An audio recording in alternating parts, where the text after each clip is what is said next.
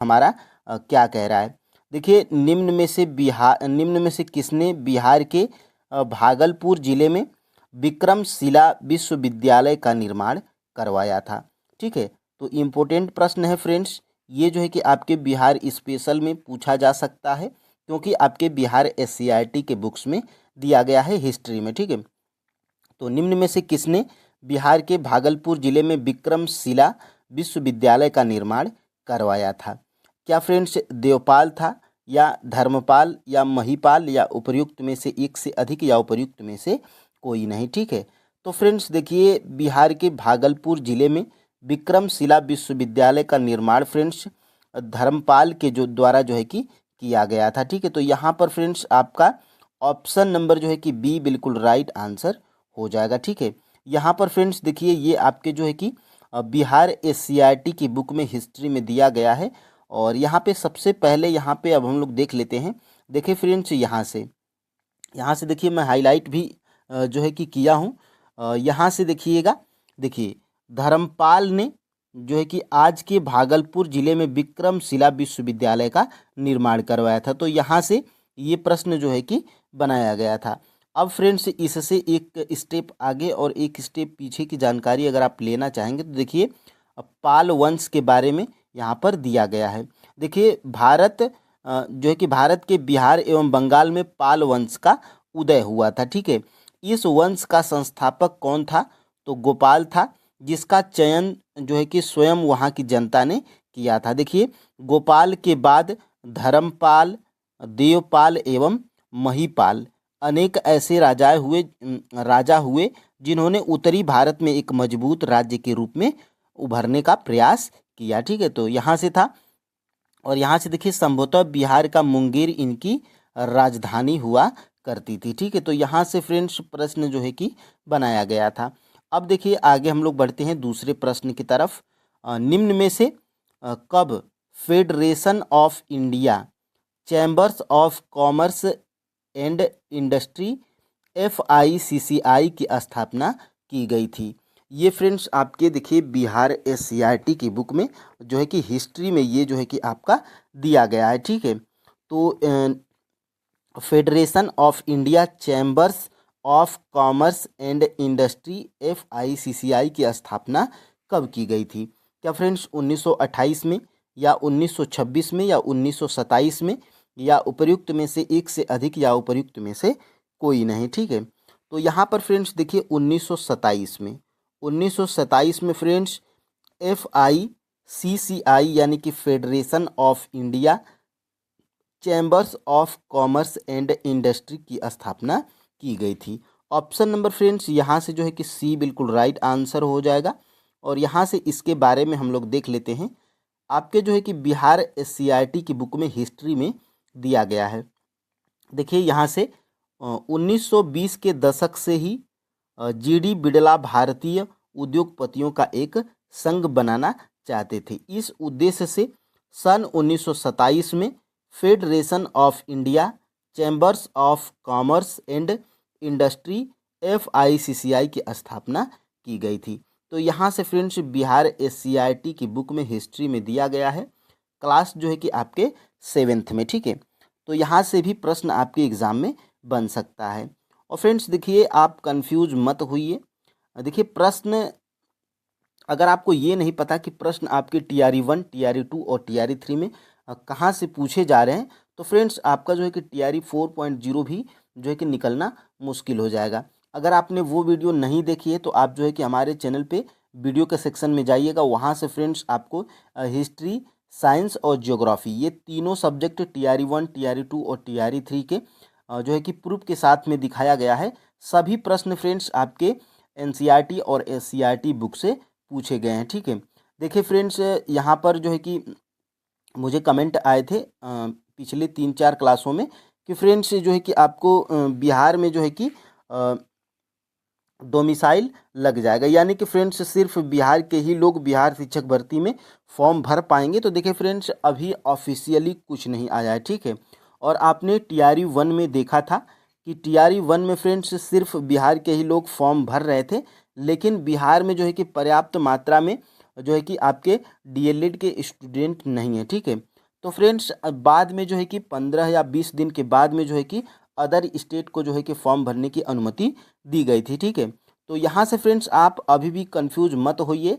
TRE 4.0 में शिक्षक भर्ती में जो है कि उम्मीद बहुत कम है। ठीक है, अगर आप फ्रेंड्स अभी से हताश हो जाएंगे और पढ़ेंगे नहीं तो देखिए फ्रेंड्स जो है कि तैयारी पॉसिबल नहीं हो पाएगी। ठीक है, आप जो है कि लगे रहिए, बाद में डोमिसाइल लागू होगा या नहीं उस पर आप जो है कि नोटिफिकेशन आने के बाद ही गौर किया जाएगा। लेकिन फ्रेंड्स बहुत ही कम जो है कि चांस है कि डोमिसाइल नीति लागू हो। ठीक है, क्योंकि बिहार में जो है कि डीएलएड के स्टूडेंट बहुत कम है। ठीक है, यहाँ पर फ्रेंड्स देखिए तीसरा प्रश्न हमारा क्या कह रहा है, बंगाली नाटक नील दर्पण पुस्तक बिना किसी लेखक के नाम से कब छपी थी।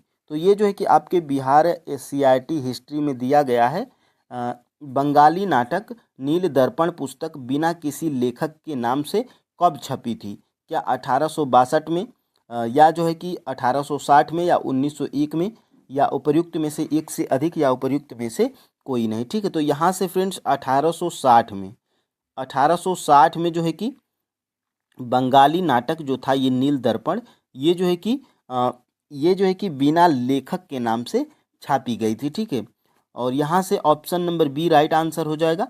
और यहाँ से देख लेते हैं, यहाँ से देखिए निम्न में से किसने बंगाली नाटक नील दर्पण पुस्तक का अंग्रेजी में अनुवाद किया था। यानी कि ये प्रसिद्ध पुस्तक है नील दर्पण, ये बंगाली नाटक है नील दर्पण, और नील दर्पण पुस्तक जो थी इसका अंग्रेजी में अनुवाद किसने किया था, क्या दीनबंधु मित्र के द्वारा, या गुल्लक चौधरी के द्वारा, या माइकल मधुसूदन दत्त के द्वारा, या उपर्युक्त में से एक से अधिक या उपर्युक्त में से कोई नहीं। ठीक है, तो देखिए फ्रेंड्स माइकल मधुसूदन दत्त के द्वारा जो है कि बंगाली नाटक नील दर्पण का जो है कि अंग्रेजी में अनुवाद किया गया था। ऑप्शन नंबर फ्रेंड्स यहाँ से सी बिल्कुल राइट आंसर हो जाएगा।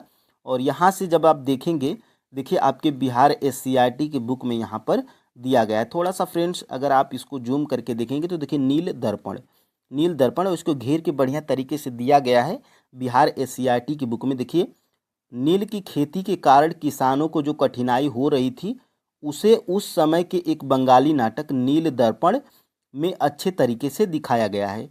इस पुस्तक के लेखक कौन थे, दीनबंधु मित्र थे। तो ये भी प्रश्न पूछा जा सकता है।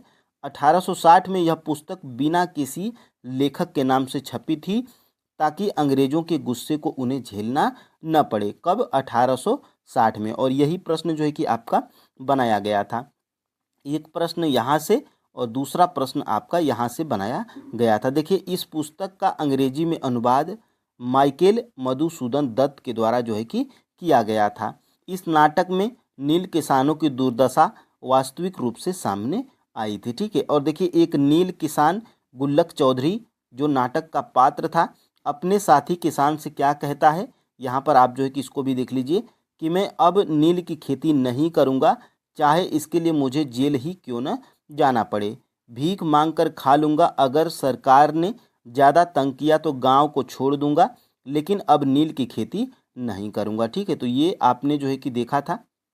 और आगे बढ़ते हैं फ्रेंड्स यहाँ से 5 नंबर के प्रश्न की तरफ। देखिए 5 नंबर का प्रश्न हमारा क्या कह रहा है। देखिए बिहार में नील की खेती किन तरीकों से की जाती थी, ये जो है कि प्रश्न पूछा जा रहा है। क्या जिरात, या असामी बार, या तीन कठिया, या उपर्युक्त में से एक से अधिक या उपर्युक्त में से कोई नहीं। तो फ्रेंड्स देखिए यहाँ पर जो है कि आपका राइट आंसर सबसे पहले क्या है, उपर्युक्त में से एक से अधिक। ऑप्शन नंबर जो है कि डी बिल्कुल राइट आंसर हो जाएगा। ठीक है, यहाँ से फ्रेंड्स आप जो है कि देख पा रहे होंगे जिरात, असामी बार और तीन कठिया, ये तीनों तरीके से जो है कि बिहार में नील की खेती की जाती थी। अब यहाँ से आपका जो है कि कॉन्सेप्ट यहाँ से बिल्कुल क्लियर हो जाएगा। यहाँ पर आप जो है कि देख पा रहे होंगे, देखिए बिहार में नील की खेती 2 तरीकों से की जाती थी, जिरात और असामी बार। और यहाँ से देखिए तीन कठिया पद्धति प्रणाली इसके अंतर्गत चंपारण में जो है कि प्रचलित थी। तो चंपारण में कौन थी, ये नील की खेती तीन कठिया पद्धति प्रचलित थी, और जो है कि बिहार में और जिरात और आसामी बार। तो यहाँ से जो है कि यहाँ से ये आप जो है कि देख पा रहे होंगे। ठीक है, और इसी के विरोध में महात्मा गांधी ने चंपारण में सत्याग्रह की शुरुआत की थी। तो यहाँ से ये प्रश्न जो है कि आपका पूछा गया था। अब देखिए फ्रेंड्स, निम्न में से कब अंग्रेज सरकार ने वन अधिनियम जो है कि बनाया था? यानी कि अंग्रेज सरकार के द्वारा ये जो है कि वन अधिनियम कब बनाया गया था, ये प्रश्न आपका पूछा जा रहा है। क्या 1864 में, या 1865 में, या 1872 में, या उपर्युक्त में से एक से अधिक, या उपर्युक्त में से कोई नहीं? तो देखिए फ्रेंड्स, 1865 में अंग्रेज सरकार ने वन अधिनियम जो है कि बनाया था। कब? 1865 में। यहाँ से फ्रेंड्स आपका ऑप्शन नंबर जो है कि बी बिल्कुल राइट आंसर हो जाएगा। अब देखिए फ्रेंड्स, यहाँ से इस चीज़ को भी हम लोग देख लेते हैं। देखिए यहाँ से देखिए, स्लीपर लकड़ी का तख्ता जिसके ऊपर रेल की पटरी बिछाई जाती थी। आपने देखा होगा अंग्रेजों के ज़माने में फ्रेंड्स, रेल की पटरियों में जो है कि लकड़ी के जो है कि तख्ते लगे होते। अब वो जो है कि कंक्रीट के लगाए जाते हैं, आपने देखा होगा। तो जो है कि लकड़ी के में जो है कि जंगलों में, पेड़ पौधों में जो है कि बहुत ही हानि होने लगी थी। तो देखिए वन विभाग बना। देखिए तेजी से खत्म होते जंगल की समस्या हल करने के लिए अंग्रेज सरकार ने 1864 में वन विभाग की स्थापना की थी। तो ये भी पूछा जा सकता है। 1864 में वन विभाग की स्थापना और 1865 में वन अधिनियम भी बनाया गया। ठीक है, तो यहाँ से ये प्रश्न आपका बनाया गया था। अब देखिए फ्रेंड्स, आगे हम लोग बढ़ते हैं। निम्न में से किस आदिवासी क्रांतिकारी की मृत्यु सन 1900 में हैजा रोग से हुई थी? यानी कि जो है कि इनमें से जो है कि कौन सा वो आदिवासी क्रांतिकारी था जिसकी मृत्यु 1900 में हुई थी? किसके कारण? तो हैजा रोग के कारण हुई थी। क्या वो अली मुसलियार था, या तिरुत सिंह था, या बिरसा मुंडा, या उपर्युक्त में से एक से अधिक, या उपर्युक्त में से कोई नहीं? तो फ्रेंड्स, वो बिरसा मुंडा था जिसकी मृत्यु हैजा रोग के कारण हुई थी। और कब हुई थी? तो सन 1900 ईस्वी में हुई थी। ठीक है, तो ये भी आप जो है कि याद रखिएगा। ऑप्शन नंबर यहाँ से फ्रेंड्स सी बिल्कुल राइट आंसर हो जाएगा। और यहाँ से इसको देखेंगे तो देखिए आपके बिहार एससीईआरटी की बुक में बिरसा मुंडा के बारे में थोड़ा सा यहाँ पे दिया गया है चित्र बनाकर। देखिए यहाँ से 25 दिसंबर सन 1899 को बिरसा ने पहला आक्रमण कहाँ पर किया था? ईसाई मिशनरियों पर किया था। ठीक है, यहाँ पर देखिए, जिसका उद्देश्य ईसाई बने मुंडाओं को आतंकित कर अंग्रेजों के खिलाफ खड़ा करना था। लेकिन बहुत जल्द बिरसा गिरफ्तार कर लिए गए और 2 जून सन 1900 को हैजा की बीमारी से बिरसा की मृत्यु रांची जेल में हो गई थी। तो ये भी प्रश्न पूछा जा सकता है कि जो है कि आदिवासी क्रांतिकारी बिरसा मुंडा की मृत्यु किस जेल में हुई थी? तो रांची के जेल में हुई थी। ठीक है, अब देखिए फ्रेंड्स, आगे हम लोग बढ़ते हैं। यहाँ से देखिए, यहाँ से आदिवासी किसानों को सुरक्षा प्रदान करने के लिए छोटा नागपुर काश्तकारी अधिनियम कब बनाया गया? 1908 में। इसके द्वारा जनजाति क्षेत्र की भूमि पर गैर आदिवासियों को हस्तांतरण निषेध कर दिया गया। ठीक है, तो यहाँ से आपके एग्जाम में प्रश्न बन सकता है। और देखिए फ्रेंड्स, यहाँ से गिंडालियों ने अंग्रेजी सरकार की दमनकारी कानून को नहीं मानने का भाव जनजातियों में जगाकर गांधी जी के किस आंदोलन से जनजाति आंदोलन को जोड़ने का प्रयास किया था? यहाँ से फ्रेंड्स देखिए, गिंडालियू क्या थी? तो एक रानी थी। ठीक है, और बिहार एससीईआरटी बुक में जो है कि इनका जिक्र भी किया गया है। देखिए, गिंडालियू ने अंग्रेजी सरकार की दमनकारी कानून को नहीं मानने का भाव जनजातियों में जगाकर गांधी जी के किस आंदोलन से जनजाति आंदोलन को जोड़ने का प्रयास किया था? क्या वो असहयोग आंदोलन था, या खेड़ा आंदोलन था, या जो है कि सविनय अवज्ञा आंदोलन था, या उपर्युक्त में से एक से अधिक, या उपर्युक्त में से कोई नहीं? तो फ्रेंड्स, वो सविनय अवज्ञा आंदोलन था। ऑप्शन नंबर यहाँ से फ्रेंड्स सी बिल्कुल राइट आंसर हो जाएगा। और यहाँ से इनके बारे में भी देख लेते हैं। देखिए, बिहार एससीईआरटी की बुक में दिया गया है। यहाँ से देखिए, ये हैं आपकी कौन? तो रानी गिंडालियू। देखिए यहाँ से साफ तौर पे जो है कि यहीं से मैं जो है कि प्रश्न को बनाया था। देखिए, गिंडालियू ने अंग्रेजी सरकार की दमनकारी कानूनों की अवज्ञा का भाव जनजातियों में जगाया, और इस तरह वह गांधी जी के सविनय अवज्ञा आंदोलन की मुख्य धारा से अपने आंदोलन को जोड़ने में सफल रही थी। कौन? तो रानी गिंडालियू।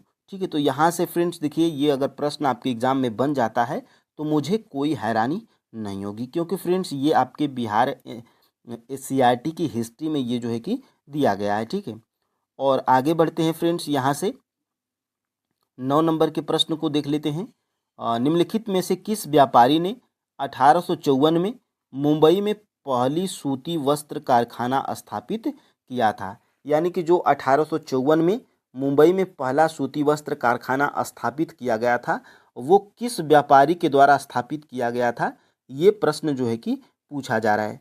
क्या वो कावसजी नानाजी दाभार थे, या फिलाडेल्फिया, या फ्लैश लुइल, या उपयुक्त में से एक से अधिक, या उपयुक्त में से कोई नहीं?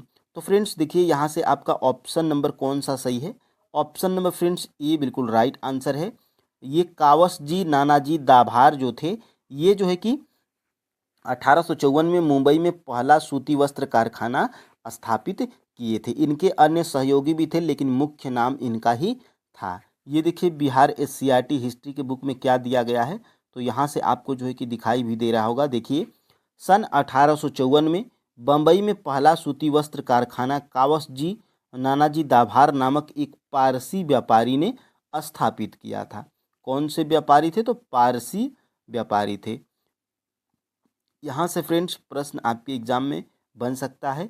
अब देखिए फ्रेंड्स, आगे हम लोग बढ़ते हैं। All India trade union Congress AITUC की स्थापना कब की गई थी? तो जो फ्रेंड्स, जो all India trade union Congress था AITUC, उसकी स्थापना कब की गई थी? क्या 1818 में, या 1947 में, या 1938 में, या उपयुक्त में से एक से अधिक, या उपयुक्त में से कोई नहीं?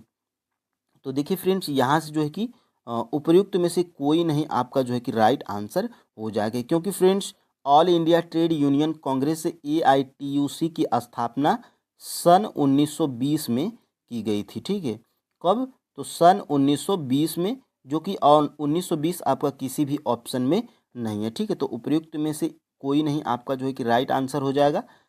और यहाँ से फ्रेंड्स आप जो है कि देख पा रहे होंगे, यहाँ से बिहार CRT की बुक में हिस्ट्री में दिया गया है। इससे पूरे देश के मजदूरों में एकता की भावना आई थी। ठीक है, जिससे प्रेरित होकर सन 1920 में ही मजदूरों ने all India trade union AITUC नामक संगठन बनाया, जो मजदूरों के हितों की रक्षा करने वाली संस्था बनी।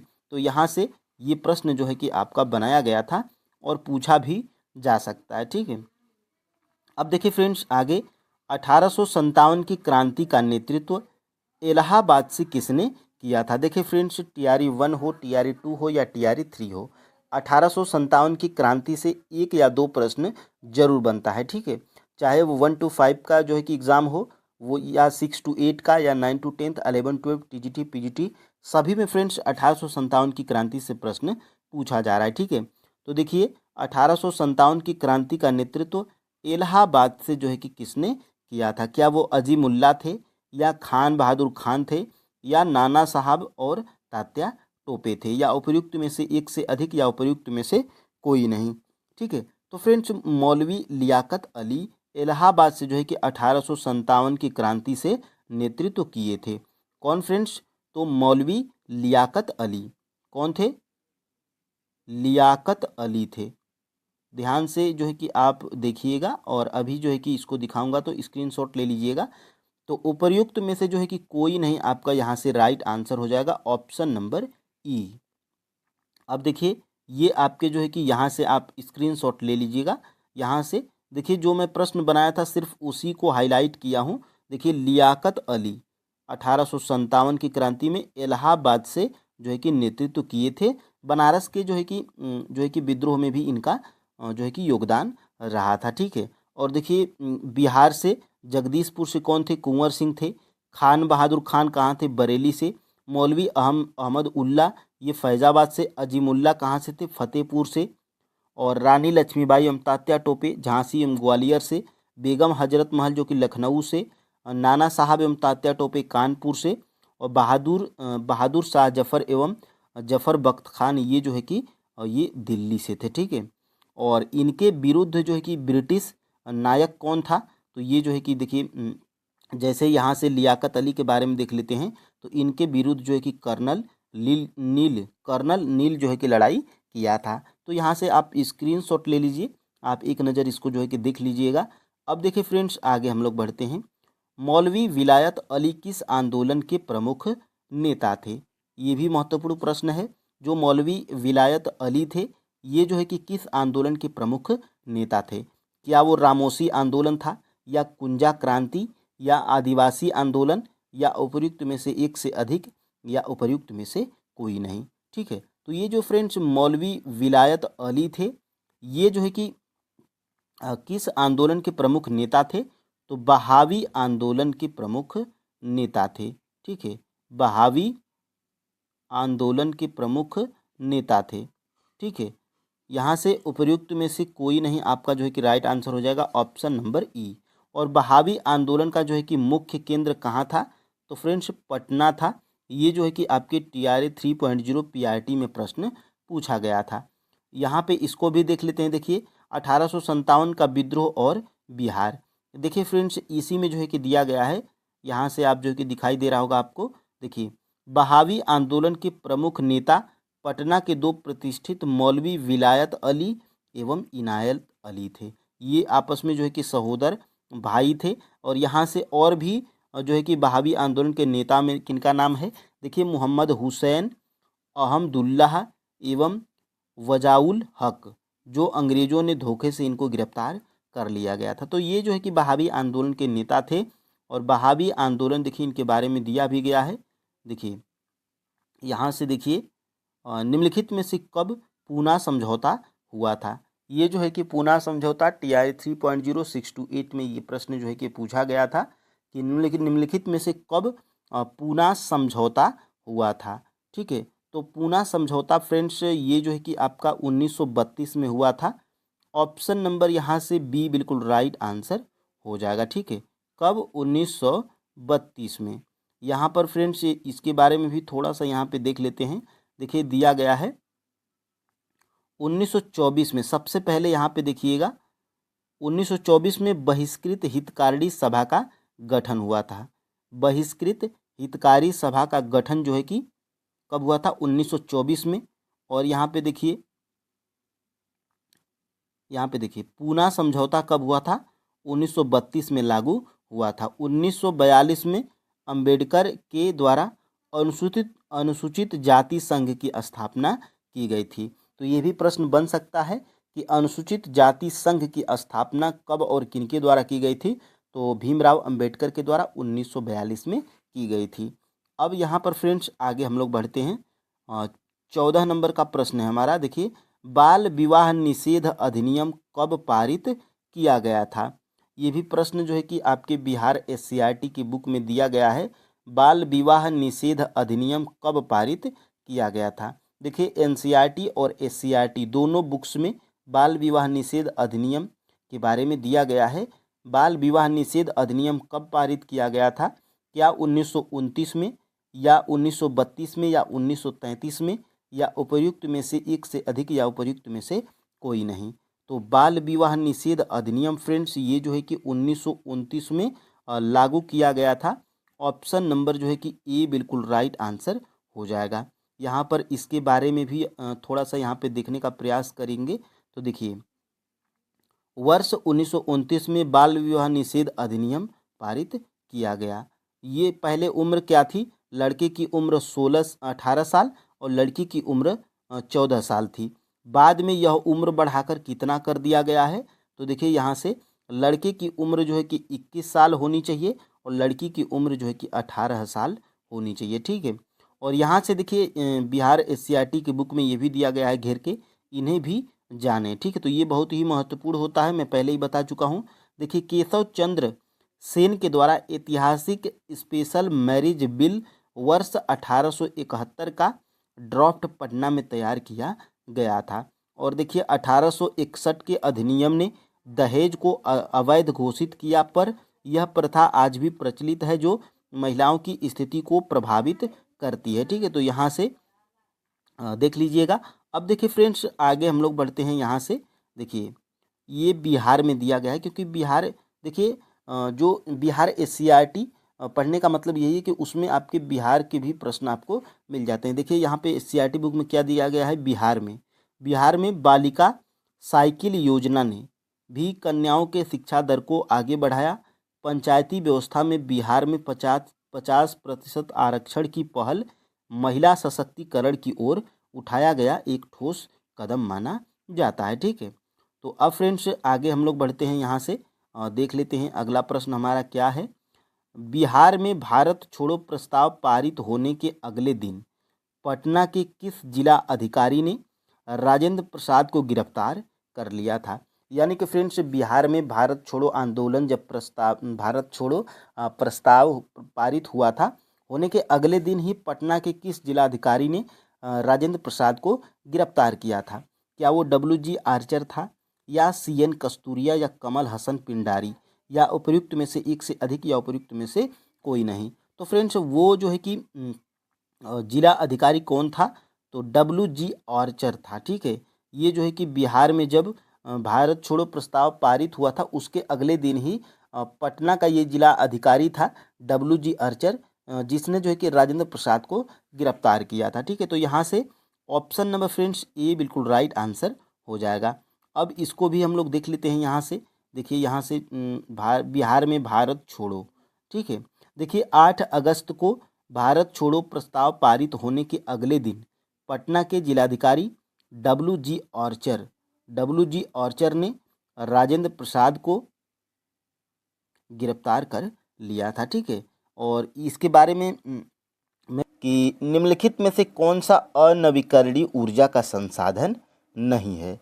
यानी कि आपके जो है कि ऑप्शंस में दिया गया है, उनमें से बताना है कि कौन सा अनवीकरणीय ऊर्जा का संसाधन नहीं है। ठीक है, तो फ्रेंड्स देखिएगा, ये जो है कि कोयला, पेट्रोलियम, प्राकृतिक गैस, और उपयुक्त में से एक से अधिक, या उपयुक्त में से कोई नहीं। तो फ्रेंड्स ये जो है कि कोयला, पेट्रोलियम और प्राकृतिक गैस, ये फ्रेंड्स तीनों क्या हैं? तो ये आपके जो है कि अनवीकरणीय ऊर्जा के संसाधन है। ठीक है, यानी कि इनमें से अनवीकरणीय ऊर्जा के ये तीनों संसाधन हैं, और इसमें नहीं पूछा गया है, यानी कि इनमें से जो है कि उपयुक्त में से कोई नहीं आपका राइट आंसर हो जाएगा। ऑप्शन नंबर फ्रेंड्स यहाँ से ई बिल्कुल राइट आंसर हो जाएगा। और ऐसा ही प्रश्न आपके जो है कि TRE 3.0 PRT में प्रश्न पूछा गया था। यहाँ पर देखिए ये जो है कि आपका दिया गया है, देखिए अनवीकरणीय संसाधन। देखिए अनवीकरणीय संसाधन क्या होते हैं, इनके बारे में देख लीजिए। वे संसाधन हैं जिनका भंडार सीमित है, भंडार के एक बार समाप्त होने के बाद उनके नवीकृत अथवा पुनः पूरित होने में हजारों वर्ष लग जाते हैं, और यह अवधि मानव जीवन की अवधि से बहुत अधिक है। ठीक है, तो यहाँ से देखिए, और अनवीकरणीय ऊर्जा के जो है कि संसाधन के देखिए उदाहरण क्या हैं? तो देखिए यहाँ से कोयला, पेट्रोलियम और प्राकृतिक गैस, ये तीनों क्या है? अनवीकरणीय ऊर्जा के संसाधन हैं, और यही जो है कि यहीं से प्रश्न जो है कि बनाया गया था। ठीक है, अब देखिए फ्रेंड्स आगे हम लोग बढ़ते हैं। यहाँ से देखिएगा 2 नंबर का प्रश्न हमारा क्या है। देखिए फ्रेंड्स, जो चीज़ें आपकी NCERT और SCERT बुक में दी गई हैं, हम लोग उन्हीं चीज़ों को प्रैक्टिस करते हैं, और उन्हीं चीज़ों को हम लोग इस बार पढ़ रहे हैं। ठीक है, देखिए आप जो है कि बिलीव करिए फ्रेंड्स, TRE 1, TRE 2 और TRE 3 में सारे प्रश्न आपके NCERT और SCERT से पूछे गए हैं। तो TRE 4.0 में भी आप श्योर रहिए, आपको यहाँ से प्रश्न देखने को मिलेंगे। यहाँ से देखिए 2 नंबर का प्रश्न क्या है? निम्नलिखित में से कौन सा सुनहरा रेशा के रूप में जाना जाता है? यानी कि सुनहरा रेशा हम लोग किसे कहते हैं, या वो कौन सा कपास, पटसन और मक्का में जो है कि कौन सा, जिसको हम लोग सुनहरा रेशा के रूप में जानते हैं? तो फ्रेंड्स देखिए, पटसन को हम लोग क्या सुनहरा रेशा के रूप में जानते हैं? ऑप्शन नंबर फ्रेंड्स यहाँ से बी बिल्कुल राइट आंसर हो जाएगा। यहाँ से देखिए पटसन के बारे में यहाँ पर दिया गया है, देखिए इसको सुनहरा रेशा के रूप में जाना जाता है। यह जलोढ़ मृदा में अच्छे ढंग से विकसित होता है, और यहाँ से देखिए इसे उच्च तापमान, भारी वर्षा, आर्द्र जलवायु की आवश्यकता होती है। यह फसल उष्णकटिबंधीय क्षेत्रों में उगाई जाती है। किसकी? पटसन की। भारत और बांग्लादेश पटसन के अग्रणी उत्पादक देश हैं। तो ये फ्रेंड्स आपको जानकारी होना चाहिए, ठीक है। अब देखिए फ्रेंड्स आगे हम लोग बढ़ते हैं। यहाँ से देखिए कॉफ़ी का अग्रणी उत्पादक देश कौन सा है? तो फ्रेंड्स कॉफ़ी का जो है कि अग्रणी उत्पादक देश कौन सा है? भारत, ब्राज़ील, रूस या उपर्युक्त में से एक से अधिक या उपर्युक्त में से कोई नहीं। तो फ्रेंड्स देखिएगा कॉफ़ी का अग्रणी उत्पादक देश हमारा जो है कि ब्राज़ील है। ऑप्शन नंबर फ्रेंड्स बी बिल्कुल राइट आंसर हो जाएगा, ठीक है। देखिए भारत में भी जो है कि कॉफ़ी का उत्पादन होता है, लेकिन ब्राज़ील से कम होता है, तो इसलिए हम लोग ब्राज़ील को यहाँ पे वरीयता देंगे। यहाँ पर देखिए फ्रेंड्स आपके जो है कि एनसीईआरटी बुक में ही यहाँ पर दिया गया है। देखिए पटसन के नीचे देखिए क्या दिया गया है? कॉफ़ी। देखिए इसके लिए गर्म एवं आर्द्र जलवायु और अपवाहित दोमट मृदा की आवश्यकता होती है। इस फसल की वृद्धि के लिए पर्वतीय ढाल अत्यधिक उपयुक्त होती है। और देखिए यहाँ से ब्राज़ील कॉफ़ी का अग्रणी उत्पादक है। इसके पश्चात कोलंबिया और भारत भी है, लेकिन सबसे ज़्यादा कहाँ पर जो है कि उत्पादन होता है इसका? तो ब्राज़ील में। ये आपको जो है कि पता होना चाहिए, ठीक है। अब देखिए फ्रेंड्स आगे हम लोग बढ़ते हैं। यहाँ से देखिए ये हो गया हमारा प्रश्न। और देखिए आगे, वायुमंडल की परतों में जब हम ऊपर जाते हैं तब वायुदाब में कैसा परिवर्तन देखने को मिलता है? ये प्रश्न में पूछा जा रहा है। क्या फ्रेंड्स वायुमंडल की परतों में जब हम ऊपर जाते हैं तो वायुदाब बढ़ता है या समान रहता है या घटता है या उपर्युक्त में से एक से अधिक या उपर्युक्त में से कोई नहीं? तो फ्रेंड्स देखिएगा जब वायुमंडल की परतों में जब हम ऊपर जाते हैं तब वायुदाब क्या होता है? घटता है, ठीक है। ऑप्शन नंबर यहाँ से जो है कि सी बिल्कुल राइट आंसर हो जाएगा। देखिए TRE 1 हो, TRE 2 हो या TRE 3 हो, वायुमंडल की जो परतें हैं जैसे समताप मंडल, क्षोभ मंडल, इनसे एक या दो प्रश्न जरूर देखने को मिला है, ठीक है। यहाँ से देखिए जब वायुमंडल की परतों में जो हम ऊपर जाते हैं तब वायुदाब में क्या होता है? परिवर्तन देखने को मिलता है, तो घटता है, ठीक है।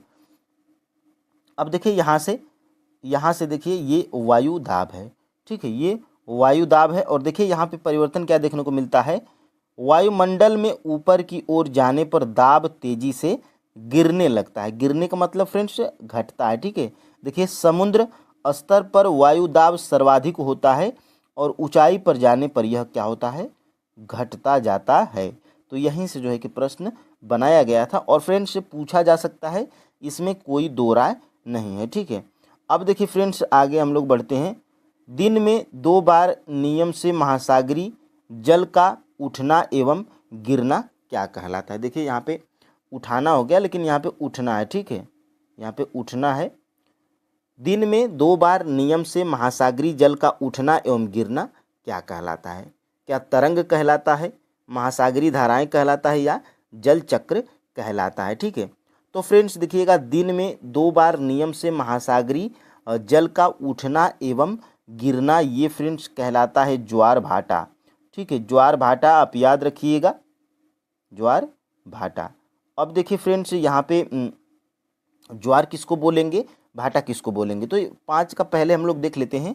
राइट आंसर क्या है? उपर्युक्त में से कोई नहीं। देखिए फ्रेंड्स बीपीएससी का जो ये डी और ई ऑप्शन होता है, ये आसान प्रश्न को भी गलत कर देता है। तो इस पे आपको देखिए प्रैक्टिस जब आप करिएगा तो मैं उसी को ध्यान में रखते हुए मैं प्रैक्टिस को बनाता हूँ, ताकि फ्रेंड्स आप जो एग्जैक्ट जो आपको जानकारी हो उसमें भी आप जो है कि प्रश्न को सही कर पाओ, ठीक है। अब देखिए आगे हम लोग बढ़ते हैं। दिन में 2 बार नियम से महासागरीय जल का उठना एवं गिरना ज्वार भाटा कहलाता है। और यहाँ से फ्रेंड्स देखिएगा ध्यान से, ये देखिए ज्वार भाटा। देखिए दिन में 2 बार नियम से महासागरीय जल का उठना एवं गिरना ज्वार भाटा कहलाता है, ठीक है। तो ये परिभाषा थी ज्वार भाटा की। और अगर पूछ दे कि ज्वार किसे कहते हैं, तो देखिएगा जब सर्वाधिक ऊंचाई तक उठकर जल तट के बड़े हिस्से को डुबो देता है तो उसे हम लोग क्या कहते हैं? ज्वार कहते हैं। और देखिए जल अपने निम्न स्तर तक आ जाता है एवं तट से पीछे चला जाता है तो उसे हम लोग भाटा कहते हैं। देखिए जैसे ये आपका जो है कि मान लीजिए किनारा है, अगर जल यहाँ से पार कर जाए तट से, मतलब पार कर जाए जल, ये पार कर जाए तट से, तो इसे हम लोग क्या कहेंगे, ज्वार कहेंगे, ठीक है। और जब यही जल स्तर जब यहाँ से मान लीजिए कि ये आपका घाट है, ठीक है, ये आपका घाट है, और यहाँ से जल अगर इससे नीचे आ जाए तो इसे हम लोग क्या कहेंगे, भाटा कहेंगे। बस यही अंतर है इसमें। अब देखिए फ्रेंड्स आगे हम लोग बढ़ते हैं, विश्व जल दिवस कब मनाया जाता है। तो फ्रेंड्स देखिएगा, इसका प्रश्न का कराने का ये उद्देश्य था कि ये आपके एनसीईआरटी बुक में दिया गया है, विश्व जल दिवस कब मनाया जाता है। तो फ्रेंड्स विश्व जल दिवस जो है कि मनाया जाता है क्या, 22 अप्रैल को, 22 फरवरी को या 5 जून को। तो फ्रेंड्स देखिएगा, प्रैक्टिस में नंबर आपका कैसे बढ़ेगा, तो जब फ्रेंड्स आप जो है कि ऑप्शंस को अगर काटना जान जाए तो आराम से फ्रेंड्स आप प्रश्न को ज़्यादातर प्रैक्टिस में नंबर बढ़ा पाएंगे। देखिए प्रश्न जो है कि ऑप्शन कैसे काटा जाता है, तो देखिएगा सबसे पहले फ्रेंड्स एक से अधिक तो होगा नहीं ऐसे ऑप्शंस में, ठीक है, या तो उपयुक्त में से कोई नहीं होगा, या तो ए बी और C D, A B C और ई में से कोई हो सकता है और डी नहीं हो सकता है, क्योंकि ये जो दिवस है किसी एक ही दिन मनाया जा सकता है, तो इसलिए डी वाला ऑप्शन आपका पहले ही कट हो जाएगा, ठीक है। और देखिए 5 जून को क्या मनाया जाता है, पर्यावरण दिवस मनाया जाता है, ठीक है, ये पर्यावरण दिवस मनाया जाता है, पर्यावरण दिवस हो गया। और फ्रेंड्स देखिए विश्व जल दिवस कब मनाया जाता है, तो फ्रेंड्स देखिएगा विश्व जल दिवस आपका जो है कि मनाया जाता है 22 मार्च को। तो 22 मार्च किसी भी ऑप्शन में नहीं है, तो उपयुक्त में से कोई नहीं, आपका जो है कि राइट आंसर हो जाएगा ऑप्शन नंबर ई, ठीक है। तो विश्व जल दिवस कब मनाया जाता है, तो 22 मार्च को, ठीक है, 22 मार्च आप इसको नोट डाउन भी कर सकते हैं। और देखिए इसीलिए मैं एनसीईआरटी में दिखाता हूँ, ताकि आप अगर इसका स्क्रीनशॉट ले लें तो आप जो है कि जब स्क्रीनशॉट लिए गए जब इकट्ठा हो जाएंगे आपको, तो ऐसे फ़ोन में ही आराम से जब खाली टाइम मिले, कहीं पर भी हों आप, कहीं पर भी हों, ठीक है, आप पिक को स्वीप करते जाइएगा, पढ़ते जाइएगा, ठीक है। तो देखिए 22 मार्च को क्या मनाया जाता है, 22 मार्च को जो है कि विश्व जल दिवस के रूप में मनाया जाता है। तो ये देखिए आपके एनसीईआरटी बुक में दिया गया है। और ऐसे जब आप देता है कि क्या आप जानते हैं, तो ऐसे प्रश्न जो है कि जरूर बनाए जाते हैं, अगर ऐसे करके यहाँ पर दिया गया हो, ठीक है। अब देखिए फ्रेंड्स आगे हम लोग बढ़ जाते हैं। सामान्यतः गर्म महासागरीय धाराएं उत्पन्न होती हैं, यानी कि पूछा जा रहा है कि ये जो गर्म महासागरीय धाराएं होती हैं ये सामान्यतः कहाँ से उत्पन्न होती हैं, क्या ध्रुव के निकट से, क्या भूमध्य रेखा के निकट से, क्या तीव्र भूकंप तरंग से, या उपयुक्त में से एक से अधिक, या उपयुक्त में से कोई नहीं। तो ये जो फ्रेंड्स ये जो गर्म महासागरीय धाराएं होती हैं ये आपकी जो है कि उत्पन्न होती हैं भूमध्य रेखा के निकट से, ठीक है। तो ऑप्शन नंबर फ्रेंड्स यहाँ से जो है कि बी बिल्कुल राइट आंसर हो जाएगा। देखिए कहाँ पर दिया गया है आपके जो है कि एनसीईआरटी बुक में, तो एक और देख लेते हैं। देखिए गल्फ स्ट्रीम किस प्रकार की जलधारा है। देखिए जलधाराएं दो प्रकार की होती हैं, ठंडी जलधारा और गर्म जलधारा। तो ये पूछा जा रहा है कि ये जो गल्फ स्ट्रीम ये जलधारा है ये कैसी जलधारा है, क्या गर्म, ठंडी या निम्न, या उपयुक्त में से एक से अधिक, या उपयुक्त में से कोई नहीं। तो ये फ्रेंड्स जो गल्फ स्ट्रीम जो जलधारा है ये आपकी जो है कि गर्म जलधारा है, ठीक है। तो ऑप्शन नंबर फ्रेंड्स यहाँ से ए बिल्कुल राइट आंसर हो जाएगा। आगे हम लोग देख लेते हैं यहाँ से, देखिए क्या दिया गया है। देखिए महासागरीय धाराएं, देखिए फ्रेंड्स सामान्यतः गर्म महासागरीय धाराएं भूमध्य रेखा के निकट उत्पन्न होती हैं। एक प्रश्न आपका यहाँ से बनाया गया था, और देखिए एक प्रश्न यहाँ से। देखिए ठंडी धाराएं ध्रुवों या उच्च अक्षांशों के उष्णकटिबंधीय या निम्न अक्षांशों की ओर प्रवाहित होती हैं। देखिए लेब्राडोर महासागरीय धाराएं शीत जलधाराएं होती हैं, यानी कि ये लेब्राडोर ये जो जलधारा है ये क्या है, शीत या ठंडी जलधारा है। और देखिए गल्फ स्ट्रीम ये क्या है, तो एक प्रकार की गर्म जलधारा है। यही प्रश्न जो है कि बनाया गया था। तो फ्रेंड्स अगर आपके एनसीईआरटी और एससीईआरटी बुक में ये सारी चीज़ें अगर दी गई हैं तो यहाँ से प्रश्न जो है कि बन सकता है, ठीक है। और देखिए फ्रेंड्स आगे हम लोग बढ़ते हैं। वह प्रक्रम जिसमें जल लगातार अपने स्वरूप को बदलता रहता है और महासागर, वायुमंडल एवं स्थल के बीच चक्कर लगाता रहता है। तो देखिए फ्रेंड्स, क्या हम लोग इसको ज्वार भाटा कहेंगे या महासागरीय धाराएं कहेंगे या जल चक्र या उपयुक्त में से एक से अधिक या उपयुक्त में से कोई नहीं।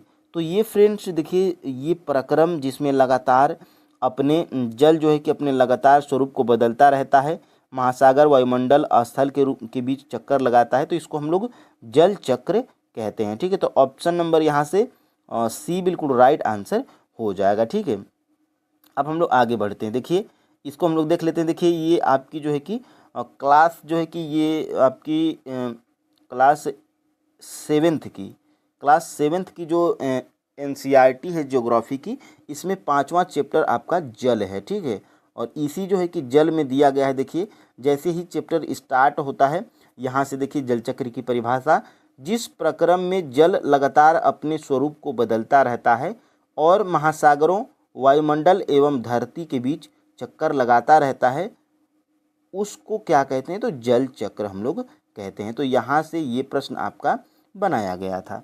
अब देखिए फ्रेंड्स, आगे हम लोग बढ़ेंगे। स्वच्छ भारत मिशन का शुभारंभ कब किया गया था? यानी कि ये स्वच्छ भारत मिशन का शुभारंभ कब किया गया था, ये जो है कि प्रश्न में पूछा जा रहा है। तो स्वच्छ भारत मिशन का शुभारंभ फ्रेंड्स 2 अक्टूबर 2014 को जो है कि शुभारंभ प्रधानमंत्री नरेंद्र मोदी के द्वारा किया गया था। अब इस प्रश्न का हमारा जो है कि कराने का ये मतलब है कि ये आपके जो है कि एनसीईआरटी बुक में दिया गया है। तो यहाँ से देखिए बिल्कुल क्या आप जानते हैं, यहाँ पे करके दिया है। देखिए, सार्वभौमिक स्वच्छता कवरेज प्राप्त करने और स्वच्छता पर ध्यान केंद्रित करने के प्रयासों में तेजी लाने के लिए भारत के प्रधानमंत्री ने 2 अक्टूबर 2014 को स्वच्छ भारत मिशन का शुभारंभ किया था। तो ऐसे ही प्रश्न आपके जो है कि एग्ज़ाम में बनाए जाते हैं। देखिए फ्रेंड्स, जब प्रश्न बनाए जाते हैं तो उसका कोई न कोई रीजन होता है। बिहार एससीईआरटी में दिया रहता है, एनसीईआरटी बुक में दिया रहता है। देखिए बीपीएससी जो है कि टीआरई का कोई सिलेबस तो बताया नहीं है, तो आप किस बेसिस पे पढ़ेंगे?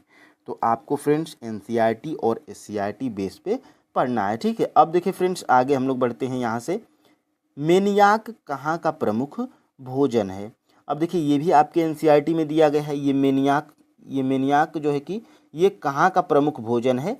तो ये फ्रेंड्स जो मेनियाक है, ये जो है कि अमेजन बेसिन का जो है कि प्रमुख भोजन है। ऑप्शन नंबर फ्रेंड्स यहाँ से सी बिल्कुल राइट आंसर हो जाएगा। चलिए इसको भी देख लेते हैं। यहाँ से देखिए अमेजन बेसिन में जीवन, और यहाँ पे देखिए अमेजन बेसिन में जीवन देखिए यहाँ से दिया गया है। इनका मुख्य आहार क्या है? मेनियोक है। ठीक है, इसी के बारे में पूछा गया है। मेनियोक है, जिसे हम लोग कसावा भी कहते हैं। यह आलू की तरह जमीन के अंदर पैदा होता है। तो ये आपका जो है कि दिया गया है। और आगे हम लोग बढ़ते हैं। देखिए कोलकाता किस नदी के तट पर स्थित है? देखिए फ्रेंड्स, जैसे जो है कि आगरा यमुना नदी के तट पर स्थित है, और जो है कि आपका इलाहाबाद जो है कि ये संगम पे स्थित है, गंगा यमुना सरस्वती के। तो फ्रेंड्स उसी तरह जो है कि आपका देखिए कोलकाता किस नदी के तट पर स्थित है? तो कोलकाता फ्रेंड्स जो है कि आपका जो है कि हुगली नदी के तट पर स्थित है। अब देखिए हुगली आपका किसी भी ऑप्शन में नहीं है। अगर आपको ये कन्फर्म क्लियर एग्जैक्ट नहीं पता होगा कि कोलकाता हुगली नदी के तट पर स्थित है, तो आप जो है कि कंफ्यूज हो जाएंगे, टाइम लगाएंगे इस प्रश्न में, या तो ए बी सी में से कोई मार के निकल जाएंगे। ठीक है, देखिए आप जो है कि उपयुक्त में से कोई नहीं, अगर आपको ये आंसर नहीं पता है तो ई वाला ऑप्शन आप कतई नहीं लगाएंगे। ठीक है, क्योंकि फ्रेंड्स अगर आपको नहीं पता है तो आप कंफ्यूज होंगे कि शायद ए हो जाए, शायद बी हो जाए, शायद सी हो जाए, एक से अधिक तो होगा नहीं। तो ऐसे में फ्रेंड्स आपको जो है कि एग्जैक्ट अगर पता होगा तो आप जो है कि उपयुक्त में से कोई नहीं लगाएंगे। ठीक है, तो यहाँ से फ्रेंड्स ऑप्शन नंबर ई बिल्कुल राइट आंसर हो जाएगा। और देखिए ये भी आपके जो है कि एनसीईआरटी बुक में दिया गया है। सबसे पहले देखिए, क्या आप जानते हैं, इसका मैं प्रश्न नहीं बनाया हूँ लेकिन इसको यहाँ पे देख लेते हैं। देखिए गंगा नदी के संरक्षण के लिए नमामि गंगे कार्यक्रम को शुरू किया गया है। तो प्रश्न बन सकता है कि नमामि गंगे जो है कि कार्यक्रम को किस लिए शुरू किया गया है? तो गंगा नदी के संरक्षण के लिए। देखिए कोलकाता हुगली नदी के नदी पर स्थित एक महत्वपूर्ण पत्तन है। मैदानी क्षेत्र में कई बड़े हवाई पत्तन भी स्थित हैं। अब देखिए यहाँ से आगरा में यमुना के किनारे ताजमहल, इलाहाबाद में गंगा एवं यमुना नदी का संगम। तो ये फ्रेंड्स यहाँ से जो है कि प्रश्न बन सकता है, ठीक है। और आगे हम लोग देख लेते हैं, निम्नलिखित में से कौन सा देश अमेजन नदी बेसिन का एक हिस्सा है। देखिए ये TRE 1 में प्रश्न इससे बना था और मैं जो है कि वहीं से प्रश्न बनाया हूँ एग्जैक्ट, और इसमें जो है कि ऑप्शंस में थोड़ा इधर उधर कर दिया हूँ, ठीक है। देखिए निम्नलिखित में से कौन सा देश अमेजन नदी बेसिन का एक हिस्सा है। तो 13 का जो है कि राइट आंसर फ्रेंड्स आपका ऑप्शन नंबर डी हो जाएगा, क्योंकि फ्रेंड्स वेनेजुएला, कोलंबिया और बोलिविया ये जो है कि ये तीनों वो देश हैं जो अमेजन नदी बेसिन का हिस्सा है, ठीक है। तो ऑप्शन में यहाँ से डी बिल्कुल राइट आंसर हो जाएगा। और देखिए सबसे पहले इस प्रश्न को मैं दिखा देता हूँ। देखिए मैं पेपर से ही जो है कि क्लिक किया हूँ। देखिए यहाँ से निम्नलिखित में से कौन सा देश अमेजन नदी बेसिन का एक हिस्सा है। तो इसमें जो है कि देखिए वेनेजुएला है, इसमें राइट आंसर था BPSC के फाइनल आंसर की के साथ में, ठीक है। तो अब देखिए इस प्रश्न को देखिए कहाँ पर दिया गया, देखिए अमेजन बेसिन में जीवन। देखिए फ्रेंड्स मैं यहाँ पे हाईलाइट भी किया हूँ उन देशों को, आप ध्यान से देखिए। अमेजन नदी में बहुत सारी सहायक नदी मिलकर अमेजन बेसिन का निर्माण करती हैं। यह नदी बेसिन ब्राज़ील एक देश ये हो गया है, पेरू ये भी एक देश है, बोलिविया ये भी एक देश है, इक्वाडोर ये भी एक देश है, कोलंबिया ये भी देश है, वेनेजुएला ये भी देश है। तो ये आपको जो है कि देश याद रखना है, ठीक है। तो अमेजन नदी बेसिन का ये हिस्सा है, ठीक है। तो ये प्रश्न आपका यहाँ से बनाया गया था। अब देखिए फ्रेंड्स देवदार एवं फर किसके प्रकार हैं, यानी कि ये देवदार और एवं फर ये वृक्ष हैं, तो ये किस प्रकार के वृक्ष के प्रकार हैं, ये जो है कि प्रश्न में पूछा जा रहा है। तो फ्रेंड्स ये जो है कि देवदार एवं फर ये जो है कि क्या पर्णपाती वृक्ष के प्रकार हैं, या शंकुधारी वृक्ष के जो है कि प्रकार हैं, या झाड़ी वृक्ष के प्रकार हैं, या उपयुक्त में से एक से अधिक, या उपयुक्त में से कोई नहीं। तो ये देवदार एवं फर ये फ्रेंड्स आपके जो है कि शंकुधारी वृक्ष के प्रकार हैं, ठीक है। ऑप्शन नंबर फ्रेंड्स यहाँ से जो है कि आपका बी बिल्कुल राइट आंसर हो जाएगा, ठीक है। अब देखिए लास्ट प्रश्न देख लेते हैं, और यहाँ से सबसे पहले इसको हम लोग देखते हैं, ठीक है। यहाँ से देखिए गंगा ब्रह्मपुत्र के मैदानों में सागवान, साखू एवं पीपल के साथ उष्णकटिबंधीय पर्णपाती पेड़ भी पाए जाते हैं। ब्रह्मपुत्र के मैदानी क्षेत्रों में घने बांस के झुरमुट पाए जाते हैं, और डेल्टा क्षेत्र में मैंग्रोव वन से घिरा है ये डेल्टा क्षेत्र। और उत्तराखंड, सिक्किम एवं अरुणाचल प्रदेश की ठंडी जलवायु एवं तीव्र ढाल वाले भागों में चीड़, देवदार एवं फर। यहाँ से देखिए मैं जो है कि एग्जैक्ट यहाँ से प्रश्न जो है कि बनाया गया था। अब देखिए फ्रेंड्स आगे हम लोग बढ़ते हैं। देखिए टूकन क्या है, तो ये भी जो है कि आपके NCERT में दिया गया है। ये टूकन क्या है, तो टूकन जो है कि क्या पशु है, या टूकन एक प्रकार की फसल है, या टूकन एक प्रकार की कृषि है, या उपयुक्त में से एक से अधिक, या उपयुक्त में से कोई नहीं। तो फ्रेंड्स ये जो टूकन है ये एक प्रकार का पक्षी है, ठीक है। आपके जो है कि NCERT में इसका जिक्र किया गया है। तो इसमें से फ्रेंड्स आपका जो है कि राइट आंसर क्या हो जाएगा, उपयुक्त में से कोई नहीं आपका जो है कि राइट आंसर हो जाएगा। देखिए ये आपका जो है कि वर्षा वन, और इसमें देखिए टूकन नाम का, यहाँ पे देखिए ये टूकन नाम का जो पक्षी है इसका इतना बड़ा चोंच है, और इसका जिक्र अगर NCERT में फ्रेंड्स किया गया है तो कोई दो राय नहीं है, प्रश्न जो है कि बन सकता है। खोज किस वैज्ञानिक ने की थी। देखिए पेनिसिलिन की खोज किस वैज्ञानिक ने की थी, ये प्रश्न आपका जो है कि क्लास 8th की NCERT साइंस की बुक से बनाया गया है, ठीक है। क्लास 8th की साइंस की NCERT की बुक से जो है कि बनाया गया है। यहाँ पे भी देखिए पेनिसिलिन की खोज किस वैज्ञानिक ने की थी, क्या एडवर्ड जेनर ने की थी, या लुई पास्चर के द्वारा, या अलेक्जेंडर फ्लेमिंग के द्वारा, या उपयुक्त में से एक से अधिक, या उपयुक्त में से कोई नहीं। तो देखिए फ्रेंड्स पेनिसिलिन की खोज अलेक्जेंडर फ्लेमिंग नामक वैज्ञानिक के द्वारा की गई थी। पेनिसिलिन की खोज कब की गई थी ये आपको नीचे अभी पता चलेगा। देखिए ऑप्शन नंबर यहाँ से सी बिल्कुल राइट आंसर हो जाएगा, ठीक है। यहाँ पर फ्रेंड्स अब हम लोग आगे बढ़ते हैं। देखिए ये प्रश्न जो है कि आपकी क्लास 8वीं की एनसीईआरटी साइंस से बनाया गया। देखिए 1829 में अलेक्जेंडर फ्लेमिंग जीवाणु रोगों से बचाव हेतु एक संवर्धन का प्रयोग कर रहे थे। अचानक उन्होंने संवर्धन तस्तरी पर हरे रंग की फफूंद के छोटे बीजाणु देखे। उन्होंने पाया कि फफूंद जीवाणु की वृद्धि को रोकते हैं तथा तथ्य पाया गया कि बहुत सारे जीवाणु फफूंद द्वारा मारे गए।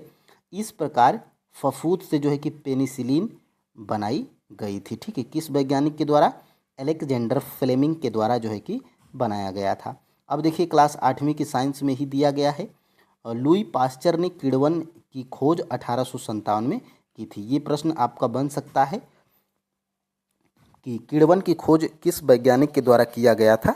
तो किण्वन की खोज जो है कि लुई पास्चर के द्वारा 1857 में किया गया था। ठीक है, अब देखिए फ्रेंड्स आगे हम लोग बढ़ते हैं। देखिए एडवर्ड जेनर ने चेचक के लिए 1798 में चेचक के टीके की खोज की थी। तो ये प्रश्न बन सकता है कि चेचक के टीके की खोज किस वैज्ञानिक ने की थी और कब की थी? तो 1798 में एडवर्ड जेनर के द्वारा किया गया था। ठीक है, ये आपकी क्लास 8वीं की एनसीईआरटी साइंस में दिया गया है। बढ़ेंगे फ्रेंड्स दूसरे प्रश्न की तरफ। देखिए निम्न में से कौन सा रोग विषाणु द्वारा होता है? क्या चिकन पॉक्स विषाणु द्वारा होता है, या खसरा विषाणु द्वारा होता है, या पोलियो, या उपर्युक्त में से एक से अधिक, या उपर्युक्त में से कोई नहीं? तो देखिए फ्रेंड्स उपर्युक्त तीनों रोग, देखिए चिकन पॉक्स, खसरा और जो है कि पोलियो, ये तीनों रोग जो है कि विषाणु के द्वारा होने वाला रोग है। ठीक है, ऑप्शन नंबर यहाँ से फ्रेंड्स डी बिल्कुल राइट आंसर हो जाएगा, एक से अधिक। ऑप्शन नंबर डी बिल्कुल राइट आंसर हो जाएगा। और यहाँ से फ्रेंड्स देखेंगे ये भी आपके क्लास 8वीं की एनसीईआरटी साइंस की बुक से जो है कि बनाया गया है। देखिए कुछ विशेष रोग जैसे पोलियो और खसरा भी विषाणु के द्वारा, जिसको वायरस बोलते हैं, ये जो विषाणु या वायरस के द्वारा पोलियो एवं खसरा होता है। और इसको आप जो है कि स्क्रीनशॉट ले लीजिएगा। देखिए एक तरफ मानव रोग है और एक तरफ किससे होता है रोग कारक या सूक्ष्मजीव, उसको यहाँ पे लिखा गया है। देखिए क्षय रोग जीवाणु के द्वारा होता है, खसरा, चिकन पॉक्स और पोलियो, ये तीनों जो है कि वायरस के द्वारा होने वाला रोग है। ठीक है, जैसे हैजा जीवाणु के द्वारा होता है, टाइफाइड ये जीवाणु के द्वारा होता है, और यहाँ से हेपेटाइटिस ए ये वायरस के द्वारा होता है। मलेरिया रोग जो है कि प्रोटोजोआ के द्वारा होता है। ठीक है, तो ये महत्वपूर्ण है, 1 या 2 नंबर का जरूर पूछता है।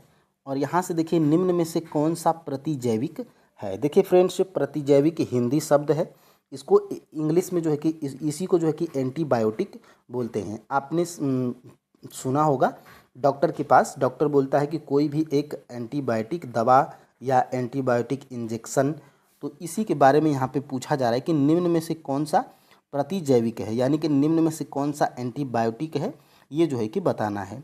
क्या सोडियम बाइकार्बोनेट प्रतिजैविक है, या स्ट्रेप्टोमाइसिन ये प्रतिजैविक है, या ईस्ट प्रतिजैविक है, या उपर्युक्त में से एक से अधिक, या उपर्युक्त में से कोई नहीं? देखिए फ्रेंड्स ये जो स्ट्रेप्टोमाइसिन है ये आपका जो है कि एक प्रतिजैविक है या एंटीबायोटिक दवा है। ठीक है, ऑप्शन नंबर यहाँ से बी बिल्कुल राइट आंसर हो जाएगा। और यहाँ से देखते हैं ये भी आपके क्लास 8वीं के साइंस में दिया गया है एनसीईआरटी में। देखिए सूक्ष्मजीवों के औषधि उपयोग, देखिए इन औषधियों का स्रोत सूक्ष्मजीव है, ये बीमारी पैदा करने वाले सूक्ष्मजीवों को नष्ट करते हैं।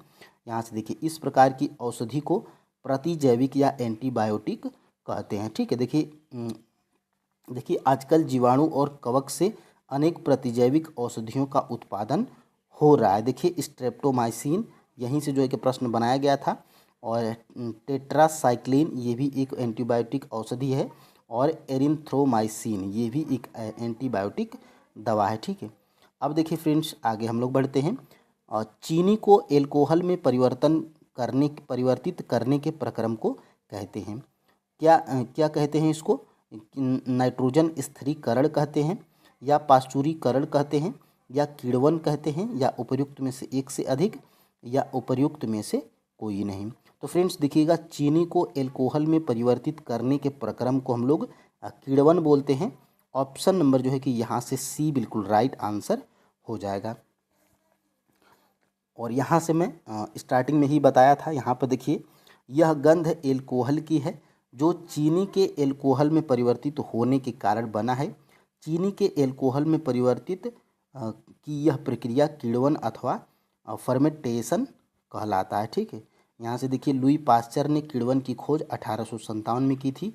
सबसे पहले हम लोग ऊपर ही इसको देख चुके हैं। ठीक है, तो चीनी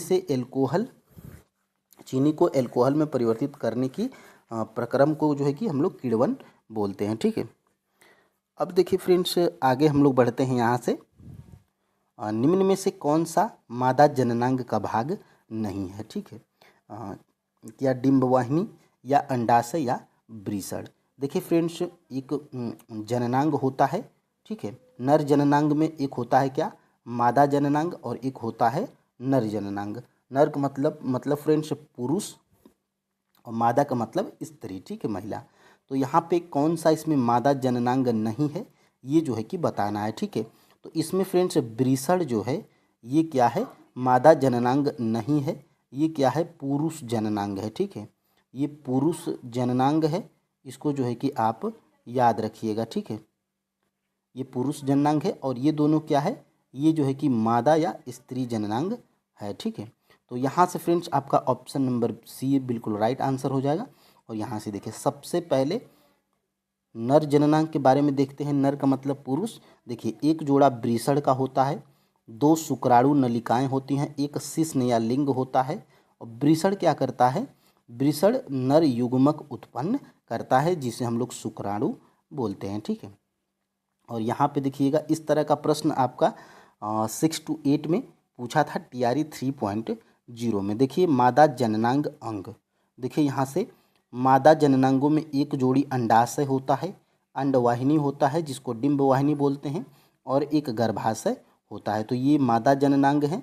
ऊपर आपने नर जननांग को देख लिया। ठीक है, अब देखिए फ्रेंड्स आगे, वह जंतु जो सीधे ही शिशु को जन्म देते हैं कहलाते हैं। यानी कि एक होते हैं जंतु जो अंडे देते हैं, एक होते हैं जंतु जो डायरेक्ट जो है कि बच्चे देते हैं। ठीक है, या बच्चे को जन्म देते हैं, वो अंडे नहीं देते हैं, वो डायरेक्ट बच्चे को ही जन्म देते हैं। तो वही प्रश्न पूछा जा रहा है, वह जंतु जो सीधे ही शिशु को जन्म देते हैं कहलाते हैं। तो फ्रेंड्स वो कहलाते हैं जरायूज।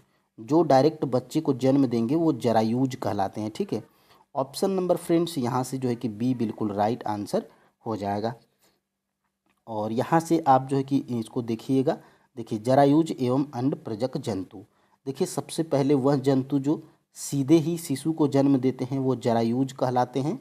और यहाँ से फ्रेंड्स देखिएगा वे जंतु जो अंडे देते हैं वो अंड प्रजक जंतु कहलाते हैं। ठीक है, तो यहाँ से इम्पोर्टेंट है, प्रश्न आपके एग्ज़ाम में यहाँ से बन सकता है। ठीक है, अब देख लेते हैं आगे हम लोग।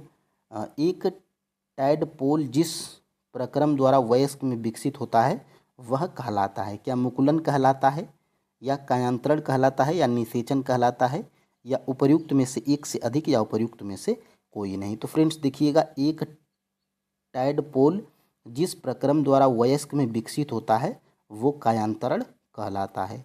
अब फ्रेंड्स ये एक टैडपोल होता क्या है, तो यहाँ से फ्रेंड्स आपका ऑप्शन नंबर बी बिल्कुल राइट आंसर हो जाएगा। ये भी आपके जो है कि क्लास जो है कि 8th के NCERT साइंस में दिया गया है। यहाँ से आपको दिखाई दे रहा होगा, क्या टैडपोल वयस्क मेढक से भिन्न दिखाई नहीं देते हैं। क्या आप सोच सकते हैं कि किसी दिन यह टैडपोल वयस्क मेढक बन जाएंगे। टैडपोल रूपांतरित होकर वयस्क में बदल जाता है जो छलांग लगा सकता है और तैर सकता है। कुछ विशेष परिवर्तनों के साथ टैडपोल का वयस्क में रूपांतरण क्या कहलाता है, कायांतरण कहलाता है। ठीक है, तो ये जो है कि मेढक की एक प्रक्रिया है जन्म देने की। और देखिए यहाँ से सबसे पहले अंडे, फिर उसके बाद ये टैडपोल में परिवर्तित होता है। आपने देखा होगा पानी में कभी कभी पूँछे जैसा, मछली जैसे कुछ होते हैं, वो मेढक ही होते हैं। और यही टैडपोल बाद में क्या होता है, बड़ा होकर मेढक में, वयस्क मेढक में परिवर्तित हो जाता है। ठीक है, तो यहाँ से इसको आप जो है कि याद रखिएगा। और देखिए फ्रेंड्स यहाँ से मानव कानों के लिए श्रव्य की आवृत्ति का परास लगभग कितना होता है। तो ये जो है कि आपके TRE 2.0 PRT में ये जो है कि प्रश्न आपका पूछा गया था। ठीक है, अब देखिए फ्रेंड्स, यहाँ से मानव कानों के लिए श्रव्य की आवृत्ति का परास लगभग कितना होता है।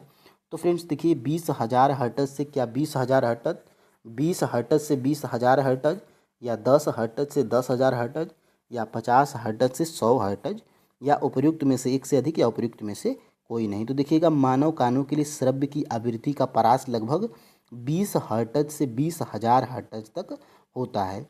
यानी 20 से 20 हर्ट्ज का मतलब फ्रेंड्स, तो 20 हर्ट्ज से कम अगर ध्वनि होगी तो आप सुन नहीं पाएंगे मानव, और 20,000 हर्ट्ज से अधिक की ध्वनि होगी तो उसको भी हम लोग नहीं सुन पाएंगे। यानी कि 20 हर्ट्ज से 20,000 हर्ट्ज तक अगर होगी, यानी कि 20 हर्ट्ज से 20,000 हर्ट्ज के बीच में होगा, तब हम लोग जो है कि उस ध्वनि को सुन सकते हैं।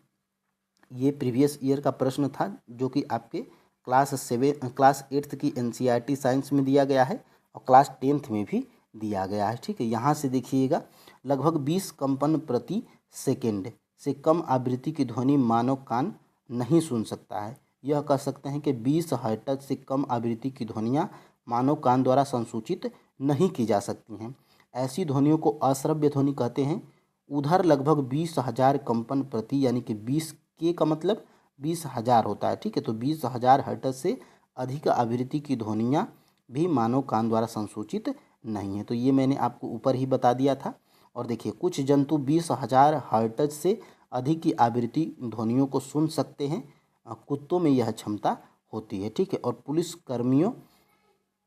पुलिसकर्मी उच्च आवृत्ति की ध्वनि उत्पन्न करने वाली सीटियों का उपयोग करते हैं जिसे कुत्ते सुन सकते हैं लेकिन मानव नहीं सुन सकते हैं। ठीक है, और यहाँ से फ्रेंड्स आगे हम लोग बढ़ते हैं।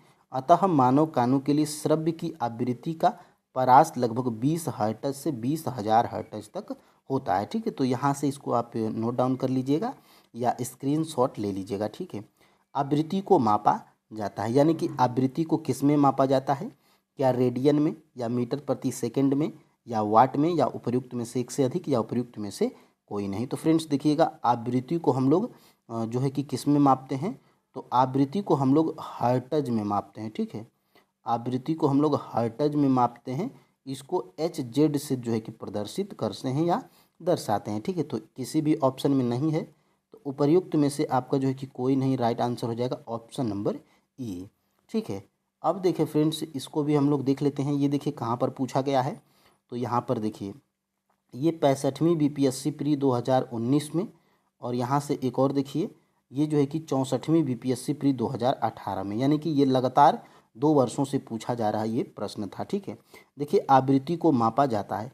देखिए फ्रेंड्स ये मैं BPSC के मेन सर्विस के एग्ज़ाम में, यानी कि BPSC के PCS के एग्ज़ाम में ये प्रश्न पूछा जा रहा है। मैं इसको आपको इसलिए दिखा रहा हूँ क्योंकि फ्रेंड्स अगर उतने बड़े एग्ज़ाम में ये प्रश्न पूछा जा रहा है तो आपके TRE के एग्ज़ाम में ये प्रश्न जो है कि अनिवार्य रूप से दोहराए जाएंगे। ठीक है, देखिए आवृत्ति को मापा जाता है ऑप्शन नंबर A हर्ट्ज में। ठीक है, तो इसको आप जो है कि देख लीजिएगा। और यहाँ से देखिए आवृत्ति का SI मात्रक भी हर्ट्ज होता है, इसलिए इसको हर्ट्ज में मापते हैं। हर्ट्ज में आवृत्ति को मापा जाता है, इसे HZ से दर्शाते हैं।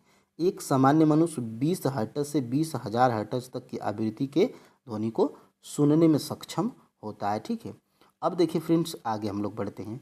ध्वनि की तीक्ष्णता किसके द्वारा निर्धारित की जाती है। क्या ध्वनि की तीक्ष्णता जो है कि ध्वनि के वेग से निर्धारित की जाती है, या ध्वनि के आयाम से, या ध्वनि के तरंग दैर्ध्य से, या उपर्युक्त में से एक से अधिक, या उपर्युक्त में से कोई नहीं। तो फ्रेंड्स देखिएगा ध्वनि की जो तीक्ष्णता होती है ये जो है कि निर्धारित की जाती है ध्वनि के तरंग दैर्ध्य से। ठीक है, ऑप्शन नंबर यहाँ से फ्रेंड्स जो है कि C बिल्कुल राइट आंसर हो जाएगा। ठीक है, यहाँ से इसको आप जो है कि नोट डाउन कर लीजिएगा।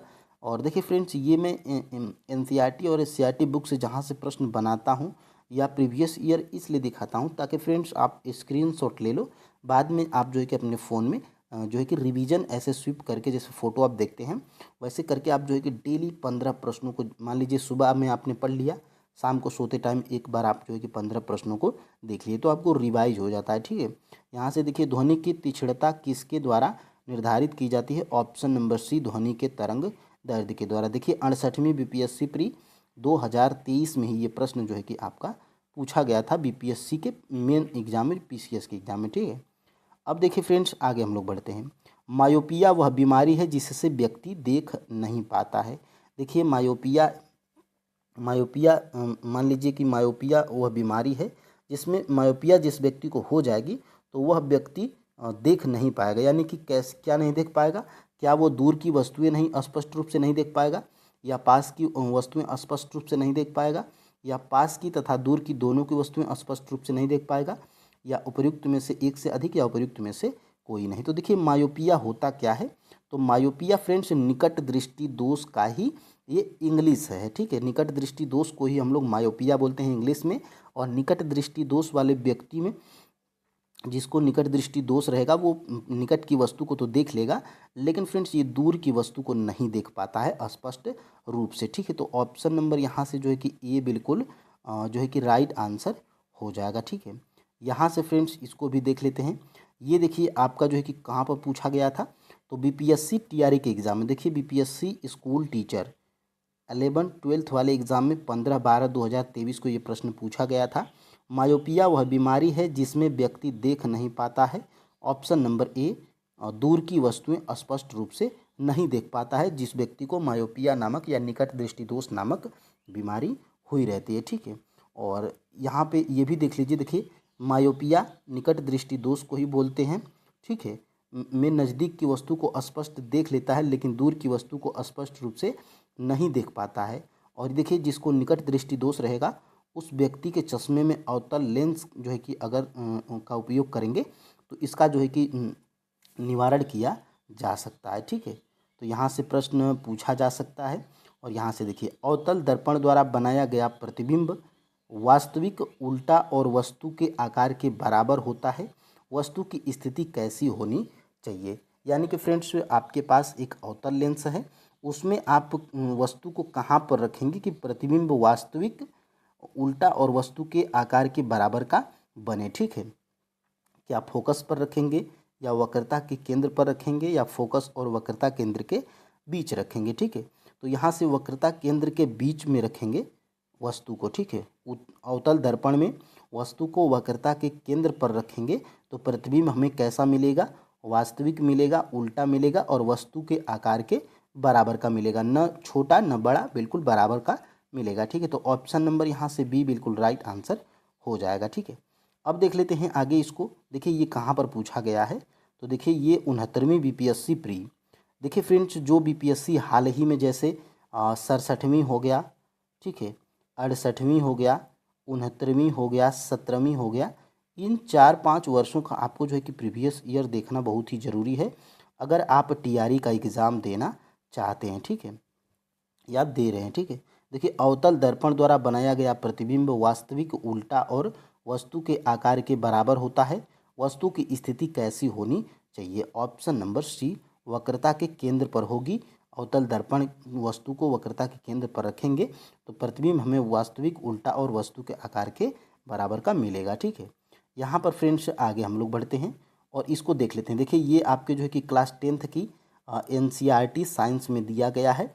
देखिए ये दिया गया है क्लास 10th की। ठीक है, क्लास 10th में मैं इसको पढ़ा भी दिया हूँ। और यहाँ से देखिए किसी अवतल दर्पण द्वारा प्रतिबिंब की विभिन्न स्थितियों के बने प्रतिबिंब।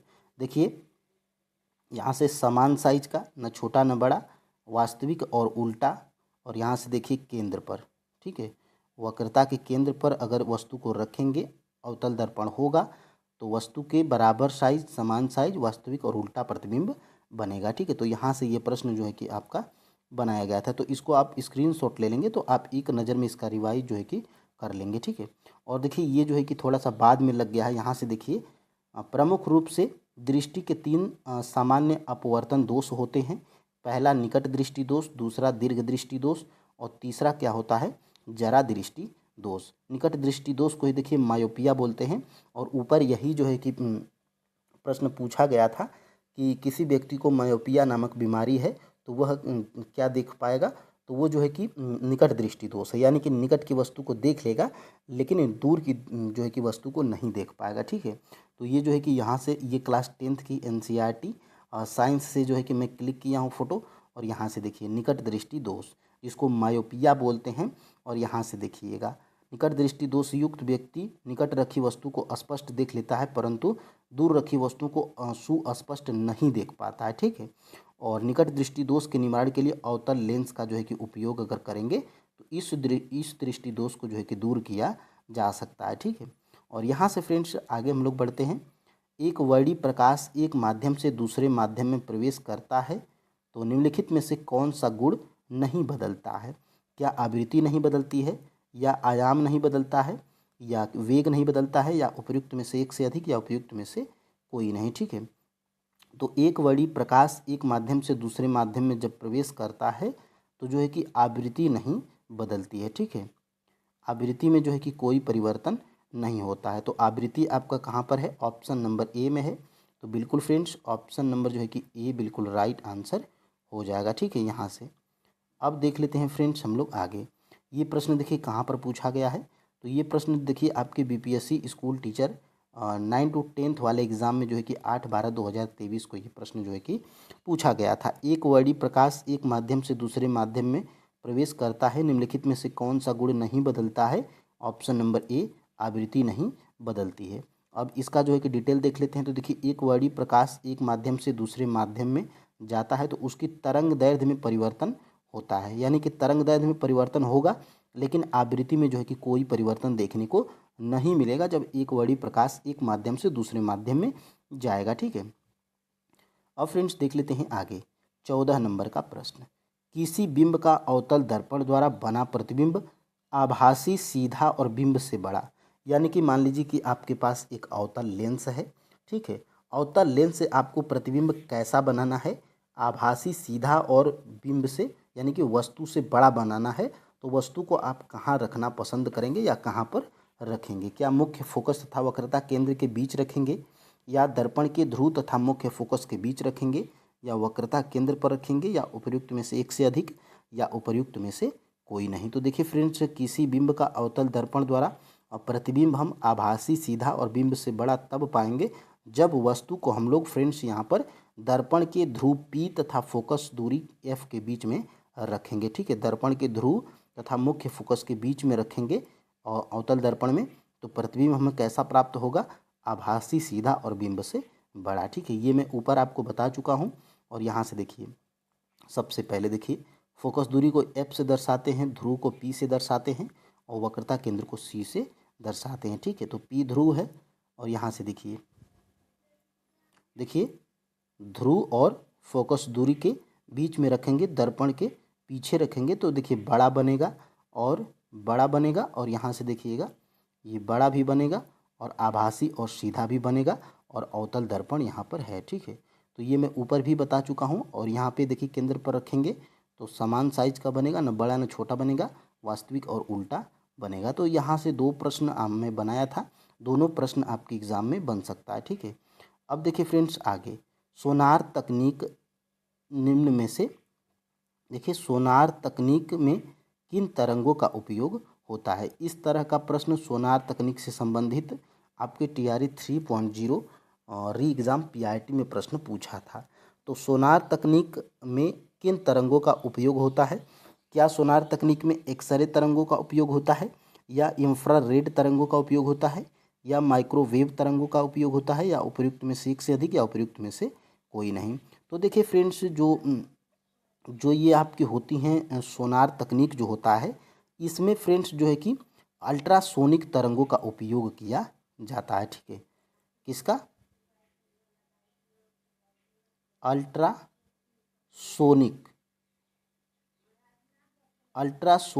तरंगों का जो है कि उपयोग किया जाता है। कहाँ पर? सोनार तकनीक में, ठीक है। तो यहाँ से अल्ट्रासोनिक तरंगे आपके किसी भी ऑप्शन में नहीं है, तो उपर्युक्त में से कोई नहीं आपका राइट आंसर हो जाएगा। ऑप्शन नंबर ई बिल्कुल राइट आंसर हो जाएगा, जो कि वेरी वेरी मोस्ट इम्पोर्टेंट है। इससे प्रश्न आपके TRE के एग्ज़ाम में जरूर आ सकता है, ठीक है। अब देखिए इसको, ये देखिए इस प्रश्न को मैं इसलिए कराया हूँ क्योंकि TRE 3.0 में सोनार तकनीक से संबंधित एक प्रश्न पूछा था। देखिए BPSC BAO का एग्ज़ाम लेती है और BPSC BAO के एग्ज़ाम में मार्च 2024 में ये प्रश्न जो है कि आपका पूछ लिया था। सोनार तकनीक में डाट उपयोग होता है। ऑप्शन नंबर डी उपयुक्त में से कोई नहीं, क्योंकि फ्रेंड्स अल्ट्रासोनिक तरंगों का उपयोग होता है सोनार तकनीक में, ठीक है। अल्ट्रासोनिक तरंगों का जो है कि उपयोग होता है। ठीक है, तो यहाँ से फ्रेंड्स देखिए सोनार, देखिए सोनार का फुल फॉर्म क्या है, साउंड नेविगेशन एंड रेजिंग। ठीक है, एक ऐसी तकनीक है जिसका उपयोग महासागरों के अन्वेषण तथा मानचित्र में किया जाता है। इस तकनीक में अल्ट्रासोनिक तरंगों का उपयोग किया जाता है। अल्ट्रासोनिक उच्च आवृत्ति वाली ध्वनि तरंगें होती हैं। इन तरंगों की आवृत्ति 20,000 किलो हर्ट्ज से भी अधिक होता है। ठीक है, तो ये आप जो है कि इसको याद रखिएगा, आप स्क्रीनशॉट इसको ले लीजिए।